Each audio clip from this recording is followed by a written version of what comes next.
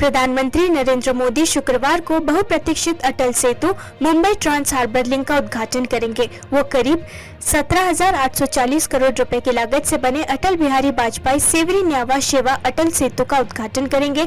अटल सेतु भारत का सबसे लंबा पुल है और देश का सबसे लंबा समुद्री पुल भी है। मोदी का काफिला इसी रास्ते से पनवेल पहुंचेगा, जहां उनका एक रैली को संबोधित करने का कार्यक्रम है। 2 कैरेजवे 6 लेन पुल जिसमें 16.5 किलोमीटर लंबा समुद्री लिंक और दोनों छोर पर 5.5 किलोमीटर भूमि पुल शामिल है। उसका निर्माण 21,200 करोड़ रुपए से अधिक की लागत से किया गया था, जिसमें 15,100 करोड़ रुपए का जापान अंतर्राष्ट्रीय सहयोग एजेंसी से ऋण भी शामिल था। अटल सेतु का लक्ष्य मुंबई महानगर क्षेत्र में कनेक्टिविटी में सुधार करना है, जिसमें मुंबई, ठाणे, पालघर और रायगढ़ जैसे जिले शामिल हैं। इसके अलावा मुंबई और नवी मुंबई के बीच यातायात की भीड़ को कम करना और क्षेत्रीय आर्थिक विकास को बढ़ावा देना है। केंद्रीय गृह मंत्री अमित शाह वाइब्रेंट गुजरात शिखर सम्मेलन 2024 के समापन सत्र को संबोधित करने के लिए तैयार हैं। आर्थिक विकास को बढ़ावा देने और निवेश आकर्षित करने के लिए जाने वाले शिखर सम्मेलन में शाह की भागीदारी से ध्यान आकर्षित किया है, जो प्रगति और सहयोग को बढ़ावा देने के लिए सरकार की प्रतिबद्धता को दर्शाता है। मुख्य वक्ता के रूप में अमित शाह से एक संपन्न व्यापार केंद्र के रूप में गुजरात की स्थिति को आगे बढ़ाने के उद्देश्य से रणनीतिक पहल और नीतियों की रूपरेखा तैयार करने की उम्मीद है। वाइब्रेंट गुजरात शिखर सम्मेलन 2024 में अमित शाह की उपस्थिति राज्य के आर्थिक परिदृश्य को बढ़ावा देने के लिए एक उच्च स्तरीय प्रतिबद्धता का संकेत देती है। उम्मीद है कि केंद्रीय गृह मंत्री बुनियादी ढांचे के विकास, व्यापार करने में आसानी और नवाचार संचालित विकास सहित फोकस के प्रमुख क्षेत्रों पर प्रकाश डालेंगे। शिखर सम्मेलन में भाग लेने वाले उद्योग जगत के नेता, नीति निर्माता और वैश्विक निवेशक शाह के संबोधन का उत्सुकता से इंतजार कर रहे हैं। उन्हें उम्मीद है कि गुजरात के आर्थिक भविष्य के लिए सरकार के रोड मैप में रणनीतिक दिशा और अंतर्दृष्टि प्रदान करेगा। रक्षा मंत्री राजनाथ सिंह ने ब्रिटिश प्रधानमंत्री ऋषि सुनक से कहा है कि ब्रिटेन और अन्य समान विचारधारा वाले देशों को स्थिर वैश्विक नियम आधारित व्यवस्था को मजबूत करने के लिए भारत के साथ काम करना चाहिए, जिसमें नई दिल्ली के अत्यधिक उत्थान में भागीदारी भी शामिल है। 22 वर्षों में ब्रिटेन का दौरा करने वाले पहले भारतीय रक्षा मंत्री सिंह ने रक्षा और आर्थिक सहयोग पर चर्चा करने के लिए बुधवार को लंदन में सुनक से मुलाकात की और दोनों पक्ष नियम आधारित व्यवस्था को मजबूत करने के लिए मिलकर कैसे काम कर सकते हैं, इस पर चर्चा की। सिंह ने अपने ब्रिटिश समकक्ष ग्रैंड शैप्स और विदेश सचिव डेविड कैमरॉन से भी मुलाकात की। सिंह ने सुनक को 21वीं सदी के मध्य तक भारत को एक विकसित देश बनाने के प्रधानमंत्री नरेंद्र मोदी के प्रयासों के बारे में बताया और कहा कि देश की आर्थिक वृद्धि लगातार बढ़ रही है, गरीबी कम हो गई है और एक व्यापार अनुकूल वास्तुकला तैयार की गई है। वैश्विक स्तर पर सिंह ने कहा कि भारत सरकार नियम आधारित विश्व व्यवस्था को मजबूत करने के लिए यूके जैसे दोस्तों के साथ साझेदारी करने के लिए तैयार है। पश्चिम बंगाल में कांग्रेस और तृणमूल कांग्रेस के बीच सीट बंटवारे समझौते की संभावना गुरुवार को और कम हो गई, जब टीएमसी ने संकेत दिया कि वो कांग्रेस की 5 सदस्यीय राष्ट्रीय गठबंधन समिति से मुलाकात नहीं करेगी, जो पार्टियों के साथ बातचीत कर रही है। भारतीय गठबंधन राज्यों में सीट समायोजन पर काम करेगा। टीएमसी के सूत्रों ने कहा कि पार्टी ने पहले ही कांग्रेस को अपना प्रस्ताव बता दिया है। कांग्रेस पैनल, जिसमें अशोक गहलोत, भूपेश बाघेल, मुकुल वासनिक, सलमान खुर्शीद और मोहन प्रकाश शामिल है, उन्होंने समाजवादी पार्टी, शिवसेना, एनसीपी, आम आदमी पार्टी और आरजेडी जैसे दलों के साथ एक दौर की चर्चा की है। सूत्रों ने कहा है कि टीएमसी ने कांग्रेस को मालदा दक्षिण और बहरामपुर की पेशकश की थी। फिलहाल दोनों सीटें कांग्रेस के पास है। पश्चिम बंगाल की मुख्यमंत्री ममता बनर्जी ने एक बार फिर केंद्र सरकार से अपने राज्य का नाम बदलकर बांग्ला करने की मांग की है। उन्होंने कहा कि अगर बॉम्बे का नाम बदलकर मुंबई और उड़ीसा का नाम बदलकर उड़ीसा कर दिया जाए तो इसमें उनके राज्य का क्या दोष है। कोलकाता के एक प्रेस कॉन्फ्रेंस में ममता बनर्जी ने कहा, हमने पहले अपने राज्य का नाम बदलने के लिए विधानसभा में एक विधेयक पारित किया है। हमने उन्हें सभी प्रकार के स्पष्टीकरण दिए हैं, लेकिन लंबे समय से उन्होंने हमारे राज्य का नाम बदलकर बांग्ला नहीं किया है।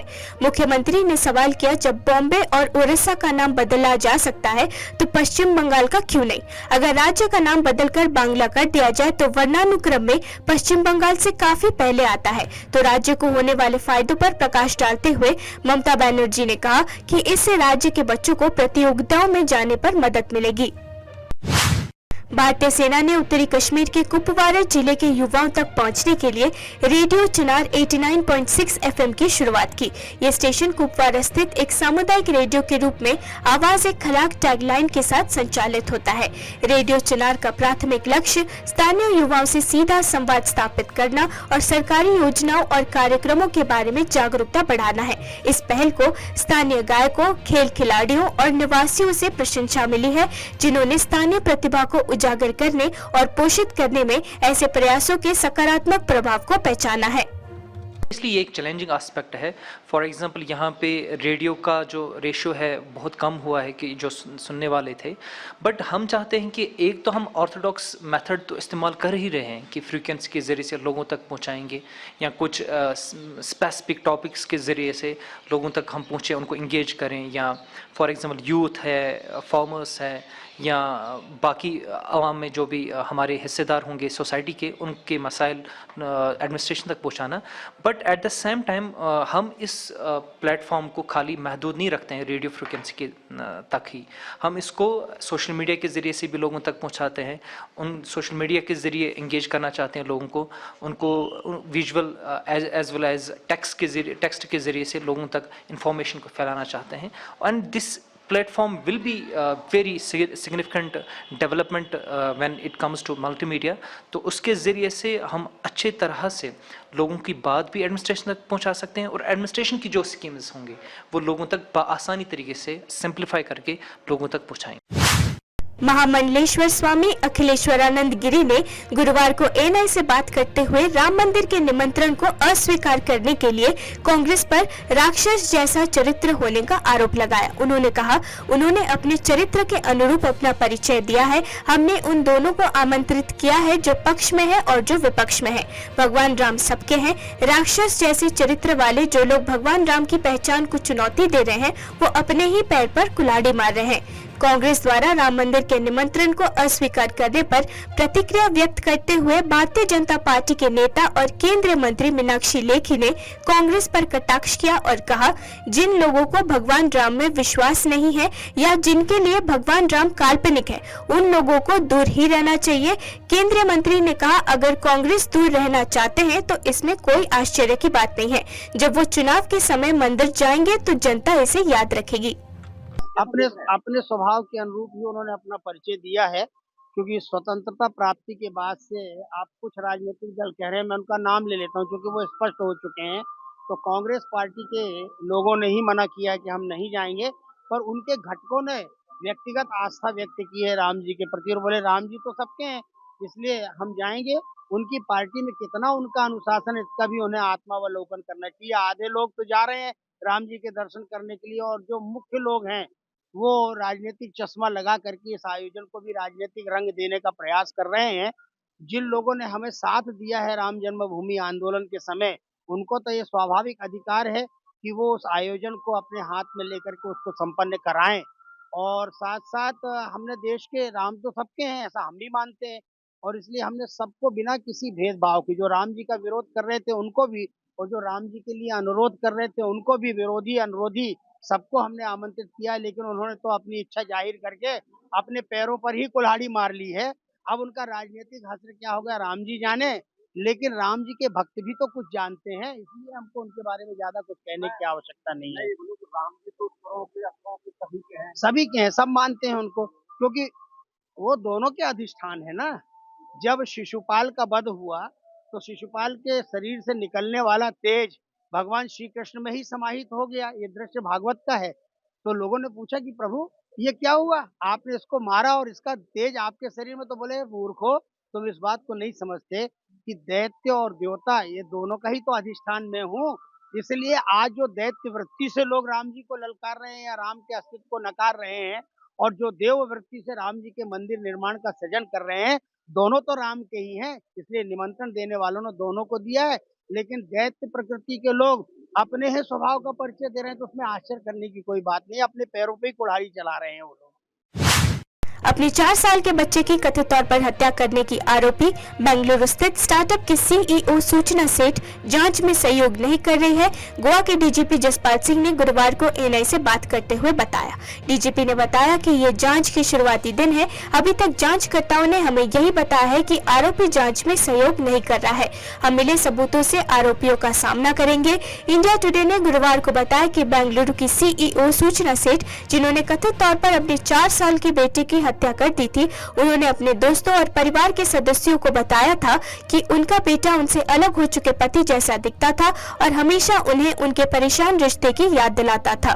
The case is still under investigation। अभी इसकी विवेचना चल रही है और जो अभियुक्त है उसको पेश किया गया था कोर्ट के आगे और जुडिशियल मैजिस्ट्रेट ने उसका 6 दिन का पुलिस रिमांड दिया है, जिसमें हम बहुत सारी जो हमारे पास पीसेस ऑफ एविडेंसेस आए हैं उसको कन्फ्रंट करके corroboration करेंगे और इसमें आगे की तफ्तीश जारी है। सर, हाउ इज हैंडलिंग, कितना सीरियसली गोवा पुलिस ने ये केस हैंडल किया था? देखिए, किसी भी तरह के केस को अगर वो होमिसाइड से रिलेटेड केस है या किसी भी तरह की हत्या का मामला है, उसको हम बहुत ही सीरियसली लेते हैं। हम ही नहीं, कोई भी पुलिस संस्था रहेगी तो उसको सीरियसली लेती है, तो हम भी इसको काफ़ी गंभीरता से लिया है और इसमें सभी ने कोऑर्डिनेशन से, कर्नाटक पुलिस के साथ कोऑर्डिनेशन से, और मैं समझता हूँ कि इसमें टैक्सी वाला और जो होटल का स्टाफ है उनका भी इसमें काफ़ी योगदान है कि उन्होंने अपनी प्रेजेंस ऑफ माइंड दिखाई। देखिए, अभी प्रिलिमिनरी डेज हैं रिमांड के और अभी तक जो हमारे इन्वेस्टिगेटर्स ने मुझे बताया है कि जो एक्यूज्ड है वो इन्वेस्टिगेशन में। भारतीय जनता पार्टी के नेता टी राजा सिंह ने कांग्रेस पार्टी और अखिलेश यादव पर 22 जनवरी को राम मंदिर प्राण प्रतिष्ठा समारोह का निमंत्रण अस्वीकार करने पर तीखा हमला बोला। उन्होंने कहा कि जिन कई नेताओं को निमंत्रण मिला है उन्होंने निमंत्रण अस्वीकार कर दिया है। ऐसा इसलिए क्योंकि उनकी नीति हमेशा हिंदू विरोधी रही है। उन्होंने आगे कहा कि इन नेताओं का फोकस हमेशा मुस्लिम वोट बैंक रहा है। मीडिया से बात करते हुए टी राजा सिंह ने कहा, राम मंदिर के उद्घाटन में शामिल होने के लिए कई नेताओं को आमंत्रित किया गया था, लेकिन दुर्भाग्य से उनकी नीति हमेशा हिंदू विरोधी रही है और उनका ध्यान केवल मुस्लिम वोट बैंक पर रहा है। उन्हें चिंता है कि अगर वो अभिषेक समारोह में शामिल होंगे तो उन्हें मुस्लिम वोट नहीं मिलेंगे।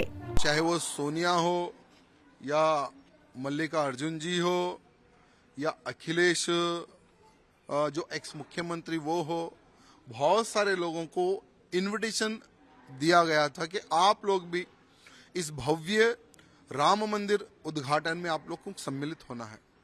लेकिन दुर्भाग्य देखिए, इनका जो नीति रही है वो हिंदू विरोधी नीति रही है और हमेशा से इनका जो फोकस रहा है वो मुसलमान वोट बैंक के ऊपर ही फोकस रहा है। तो अभी इनकी ये मंशा है कि अगर हम राम मंदिर उद्घाटन समारोह में जाएंगे तो हमारे से मुसलमान वोट डाइवर्ट हो जाएगा। इनकी छोटी सी सोच है।